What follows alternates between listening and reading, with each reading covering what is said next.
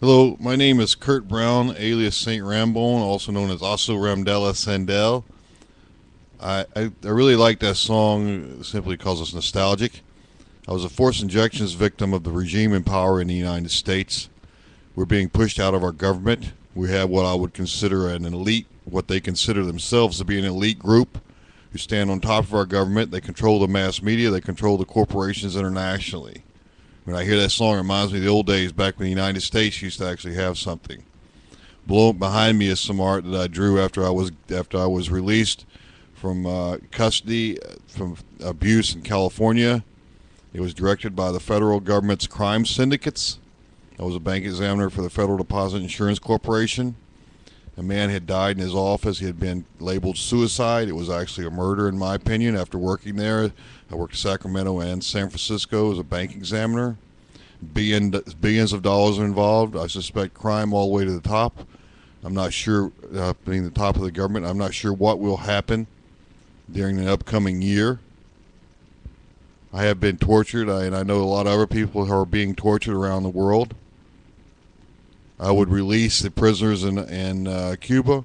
I would stop all forced injections here in the United States by the regime in power. No forced injections whatsoever. It's truly horrific what I have been through, and no one seems to care. The American people seem to be dumbed down. Now look at that whippoorwill. A whippoorwill actually eats mosquitoes. As a bank examiner and auditor, I sometimes consider that was my job, is to eat the mosquitoes, the people who suck the people dry. But the truth is, it's sanctioned to the top. The man who killed the regional director, the one who directed it, I've been told it was 3 degrees of separation at least. His replacement was just another man who was directing part of the crime syndicate, per my opinion. So that would put whoever put him in charge, and then whoever put that other person to put him in charge. That would be where you would first start to look for who killed that regional director of the FDIC. I survived. The government does not care. Therefore, I do not care about that government. This painting here, or many of these paintings, was drawn while I was in forced exile by the federal government between 2001 and 2004. This particular painting, I call it my whippoorwill painting. You notice the bird is in the center. I have it for sale. My mother died on her deathbed, and I actually brought this picture over there for her to look at.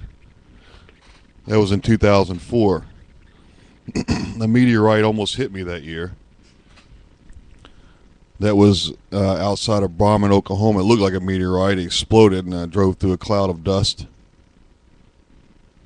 I like that song, though, by Hank Williams Sr. It really does bring back memories of the old United States, the old Alabama, I guess. Alabama's always had kind of a dark, dirty side to it, though. After I've traveled around the country, I see there are other places. It's a beautiful state, but some of the people who run it, they come from outside, I believe, and they get some of the locals. Who knows what they are, really? I look at, like, the city council in Mobile, Reggie Copeland. He's supposed to be a veteran. The city council president.